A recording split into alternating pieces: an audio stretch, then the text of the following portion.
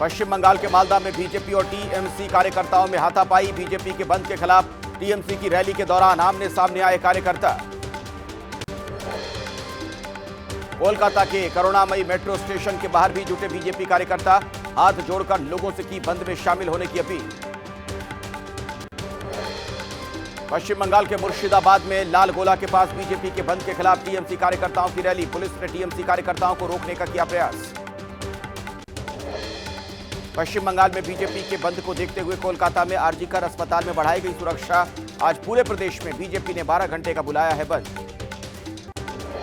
कोलकाता के श्याम बाजार metro station भी पहुंचे बीजेपी के कार्यकर्ता। मेट्रो को बंद कराने की कोशिश की। बीजेपी कार्यकर्ताओं को पुलिस ने मौके से हटाया। नॉर्थ 24 परगना में भी बीजेपी का प्रदर्शन। बैरकपुर रेलवे स्टेशन और बाजार बंद कराने की कोशिश। टीएमसी और बीजेपी कार्यकर्ताओं में झड़प हुई। पुलिस ने बीजेपी कार्यकर्ताओं को हटाया। पश्चिम बंगाल के अलीपुर द्वार में भी बीजेपी कार्यकर्ताओं का प्रदर्शन। बंद के दौरान पुलिस ने बीजेपी के 5 कार्यकर्ताओं को हिरासत में लिया।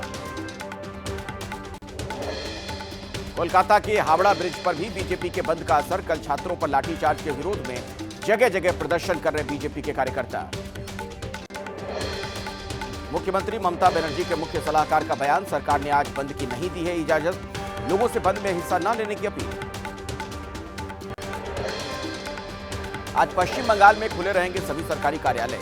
इमरजेंसी की स्थिति और छुट्टी पर गए कर्मचारियों को छोड़कर बाकी सभी को दफ्तर आना होगा। राज्य सरकार की तरफ से निर्देश जारी। नबन्ना अभियान के दौरान हुई हिंसा में 200 से ज्यादा गिरफ्तारी। डॉक्टर के रेप मर्डर केस को लेकर पश्चिम बंगाल में हुआ जबरदस्त प्रदर्शन। पुलिस और प्रदर्शनकारियों के बीच झड़प। कोलकाता और हावड़ा की सड़कों पर दिखी जबरदस्त हिंसा। करीब 4 घंटे तक होता रहा बवाल। प्रदर्शनकारियों पर कई जगह पुलिस पर पथराव का आरोप। झड़प में कोलकाता पुलिस के 15 और राज्य पुलिस बल के 14 जवान घायल। भीड़ को कंट्रोल करने के लिए पुलिस ने किया लाठीचार्ज। पानी की बौछार, आंसू गैस के गोले भी दागे गए। बीजेपी अध्यक्ष जेपी नड्डा ने कहा, बंगाल की तानाशाह मुख्यमंत्री का तानाशाह रवैया देखने को मिला। पूछा, क्या मजबूरी है आपकी? आप क्यों इन दोषियों को बचाने की कोशिश कर रही हैं? केंद्रीय मंत्री सुकांता मजूमदार बोले, शांतिपूर्ण आंदोलन को कुचलने की हुई है कोशिश। अरेस्ट किए गए युवाओं को रिहा करने की मांग। डॉक्टर के रेप मर्डर केस में दिल्ली एम्स के विशेषज्ञों की राय लेगी सीबीआई। डीएनए और दूसरे फॉरेंसिक सबूतों को लेकर भी जाएगी एम्स की राय ली जाएगी और पता लगाया जाएगा कि वारदात में कौन कौन थे शामिल। कोलकाता केस में एएसआई अनूप दत्ता के पॉलीग्राफ टेस्ट को कोर्ट की इजाजत। आरोपी संजय रॉय का बेहद करीबी है अनूप दत्ता। वारदात की रात आरोपी संजय रॉय ने की थी अनूप को कॉल। जम्मू कश्मीर में पहले चरण के चुनाव के लिए 279 उम्मीदवारों ने भरा पर्चा। 24 विधानसभा सीट पर 18 सितंबर को डाले जाएंगे वोट। जम्मू कश्मीर के विधानसभा चुनाव के लिए बीजेपी ने उम्मीदवारों की तीसरी लिस्ट जारी की है। 29 उम्मीदवारों के नाम का ऐलान। जम्मू कश्मीर में टिकट बंटवारे को लेकर बीजेपी में घमासान जारी है। जम्मू में बीजेपी की महिला कार्यकर्ताओं ने पार्टी दफ्तर का किया घेराव। महिलाओं को टिकट देने की मांग की। पहले चरण में प्रतिबंधित जमात इस्लामी जम्मू कश्मीर के 4 कार्यकर्ताओं ने भरा पर्चा। जमात इस्लामी ने आखिरी बार अपनी पार्टी चिन्ह पर 1987 में लड़ा था चुनाव। हरियाणा के सिरसा में कांग्रेस के नेता राजकुमार शर्मा ने जारी किया वीडियो। बीजेपी नेता गोविंद कांडा पर पैसे बांटने का लगाया आरोप। चुनाव आयोग को भी दी शिकायत। केंद्रीय कैबिनेट की अब से कुछ ही देर के बाद बैठक। पीएम मोदी की अध्यक्षता में होगी केंद्रीय मंत्रिपरिषद की बैठक। आज दोपहर 12 बजे महाविकास आघाड़ी की आपात बैठक है। उद्धव ठाकरे, शरद पवार, नाना पटोले होंगे शामिल। एमबीए की अगली रणनीति सहित अन्य मुद्दों पर होगी बात।